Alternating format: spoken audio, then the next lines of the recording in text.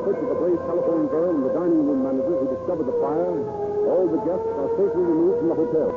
Every piece of fire equipment in Tucson responds to the call, and thousands of citizens on their way to work press against the hastily rigged guard rope.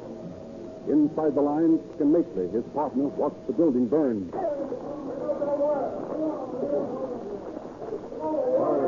Tomcats out of that room. You're telling me?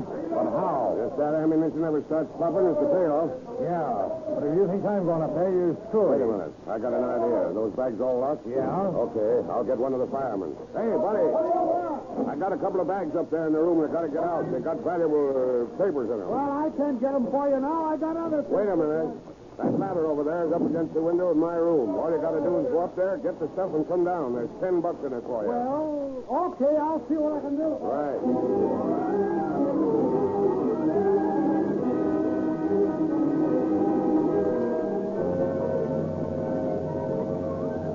The firemen retrieved Clark and Makeley's arsenal, and in the confusion of reclaiming possessions after the fire has been put out, the two bandits get some of the clothing of the salesman. Clark and Makeley rent a house on 2nd Avenue, and the salesman traced Clark there. After they have regained their property, Clark questions them. Say, boys, it was in my mind we had quite a little talk the other night before the fire. Why, yes. We had some drinks and talked a while. And what did I say? Oh, well, nothing much.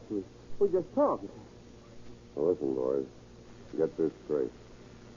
I don't remember what I said, but whatever it is, it'll be healthier for you to forget it. Get me? Why, sure. But there was nothing said. Don't dummy up on me. Just get this straight, see? I'm a winter visitor, out here for a vacation and nothing more. Get it?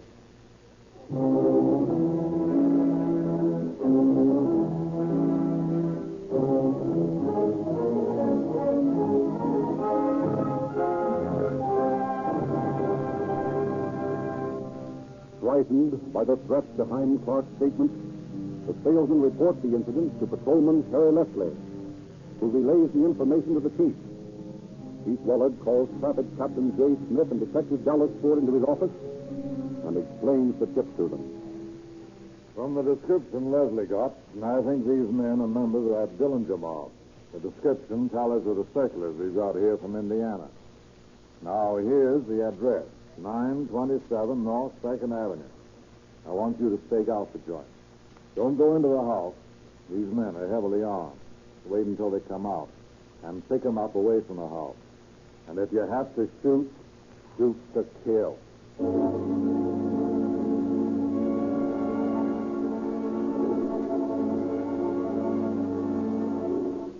The officers stake out the 2nd Avenue house. And after a little wait, Makeley leaves the house and drives downtown in a car bearing a Florida license. He is arrested with a companion who gives her name as Bernice Thompson as they are purchasing a radio. Indignant, Makeley is brought before the chief. Look here, Chief. This is an outrage. Here's my card. I'm J.C. Davies. I'm in business down in Florida. I came over here to your city to spend the winter. My first week in town, I've been picked up by your men. I demand that you release me at once. Well, I'm very sorry, Mr. Davies. Possibly it's a case of mistaken identity. Well, indeed it is. Why, I have all sorts of identifications. Well, naturally, Mr. Davies, you won't object to having your fingerprints taken so that we can clear up this unfortunate matter. That isn't necessary, Chief. If you'll just send one of your men over to my house, why, I'll make my identity known in no time. Yes, but, Mr. Davies, if you plan to spend the winter with us here, and you resemble so closely the man we're looking for, your fingerprints would give you a clean bill of health, so to speak, and you wouldn't be annoyed anymore. It isn't necessary, Chief. I can identify myself. Well, now, Makeley, you won't have to try, because we're fingerprinting you right now.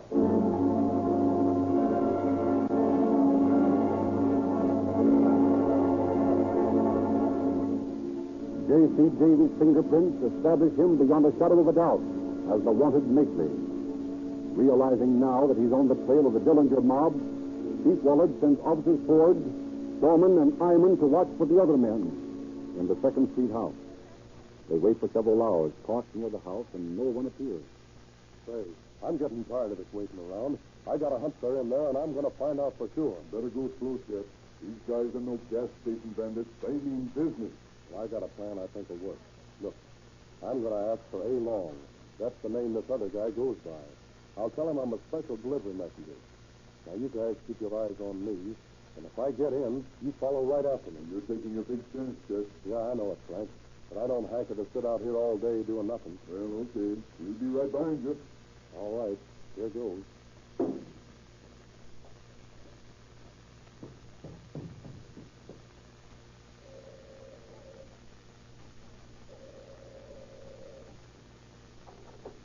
What is it? Does Mr. A. Long live here? Yes. I've got a special delivery letter for him. Oh, well, give it to me. I'll do it. No, I have to deliver it to him in person. Well, you can't. Don't close that door on me. Say, get your foot out of that door. Open up. Come on, boys. Hold on to the pole. Keep the other guy down. I'll take care of him. Hold on. Get down, down. Well, I got it by the handle. He can't use it. Slam the door, Iron.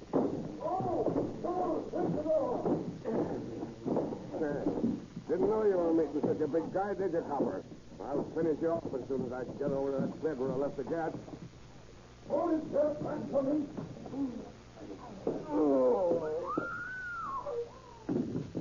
Thanks, fella.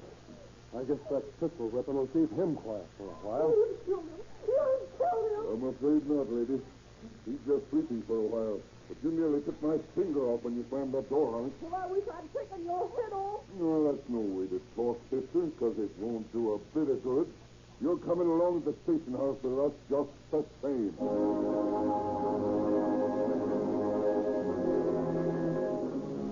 Bart, still unconscious, is taken to the police station where his bruises are dressed, and he is identified by Mark Robbins, identification expert of the Tucson Police Department. Shortly after, Clark is taken to his cell. Motorcycle patrolman Earl Nolan brings the chief a piece of information. What is it, Nolan? Hey, the car these guys drove had a Florida license plate, didn't it? That's right. It was a 1934 model. Hey, listen, Chief, the other night I was talking to a guy who was driving a brand new sedan that had a Florida plate. Where was it? At a tourist camp on 6th Avenue. Well, get right out there, right away, and see if you can find him. All right.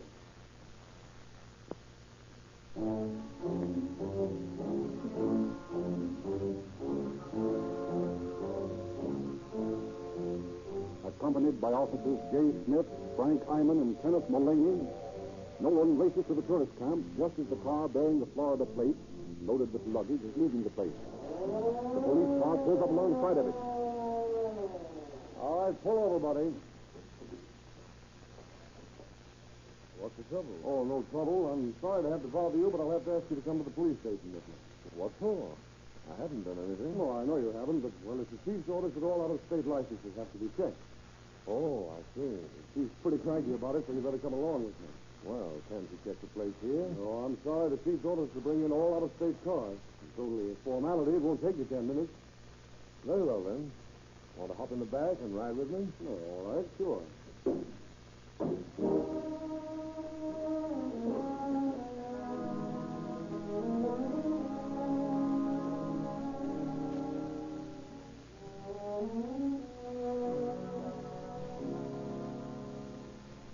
Unsuspecting, Pierpont, the third of the gang, allows himself to be led into Chief Waller's office.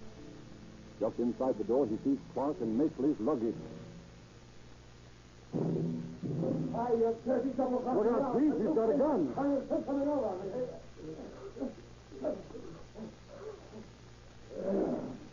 Pierpont? Yeah, he's got a gun all right, Frank. But I got a hammerlock on him, and it's pointing into his own ribs. I'll fish him for the rest of you, I'll tell you. Yes, sir. Here's the other one. Yes? Is that all? Yes, sir. Okay. Now, give me that gun. No. Don't have to break my wrist. Say, look here, you got the wrong guy. Yeah, we've heard that already today. I don't think there's much doubt about who you are, Pierpont. Oh, say, there's your glasses on the floor. Oh, you can have him. What the hell good are they to me now?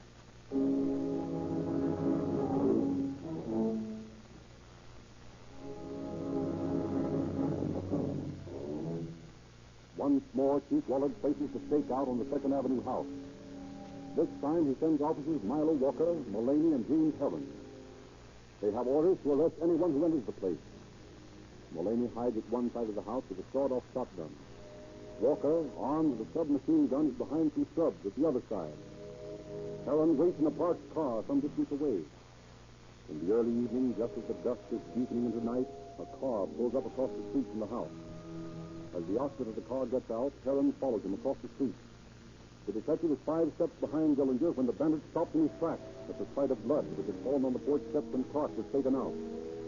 Heron steps up to him as Dillinger wheels around, hands in his coat pockets. Put your hands up, Dillinger. What is it, a stick-up? No, it's an arrest. Now put them up. Oh, I'm squeezing the trigger. An arrest? What for? What's the charge? Fugitive from justice will do for the time being. Walker, Mullaney, cover that girl in the car over there. No, you don't, Dillinger. You feel that in your ribs? I think it's fancy. I'll let you have it.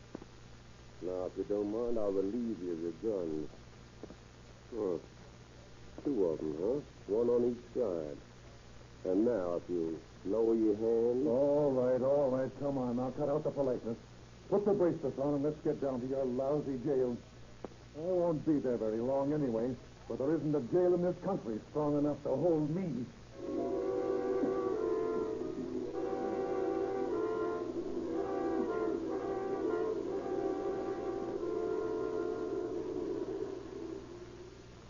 Overnight, the names of the brave officers of the Tucson police force are household words the nation over, as the news of the capture of the Dillinger gang is flashed to a relieved nation. Securely locked in the Pima County jail, the 4 criminals threaten and snarl at their capture, as Chief Willard and Sheriff Belton place an extra armed guard of 20 men around the courthouse. By rail and by plane, officials rush to Tucson from Wisconsin and Indiana, each state eager to extradite the men for crimes in their territory. After days of legal complications, Dillinger is spirited away by plane to Crown Point, Indiana, to answer for the murder of the patrolman in the East Chicago holdup. A day later, the other 3 bandits leave by plane for the east to face trial in Lima, Ohio, for the murder of Sheriff Farber.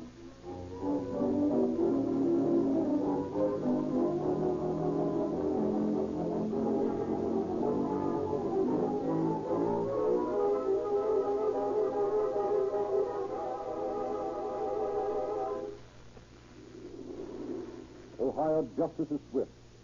Harry Pierpont and Charles Makeley have already received mandatory death sentences for the murder of Sheriff Farber, and Clark is soon to be tried.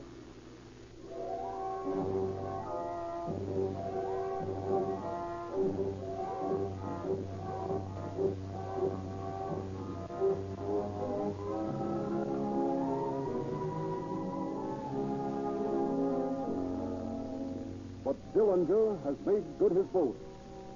Equipped with a wooden revolver of his own fabrication, Dillinger, a fortnight ago, bluffed his way out of the Lake County Jail in Crown Point, Indiana. Once more, the manhunt is on.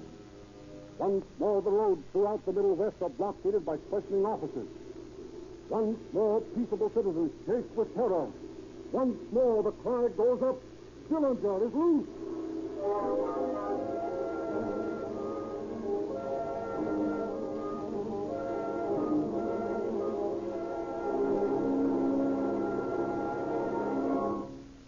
Yes, Dillinger is once more loose, but he will not be at liberty long. Any man who elects to declare his own personal war against society has all society against him. There has never been a man since time began who could get away with that sort of attitude long. Dillinger has asked for it, and the next time he runs up against a police officer, it may not be as humane a chap as Jimmy Heron. He may not get a chance to put his hands up. The officer may shoot first and talk afterwards, which in the case of men like Dillinger is the most efficient way to operate.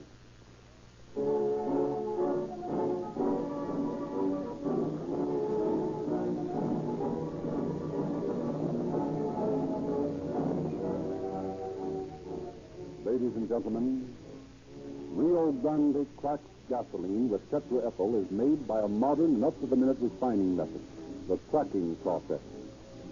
That is where it gets its name. By subjecting the crude oil to terrific heat and pressure, the result is a gasoline that averages 10 points higher in natural anti-knock than gasolines which are not cracked. Also, tetraethyl lead has long been one of the many advantages of Rio Grande crack. We suggest that you give the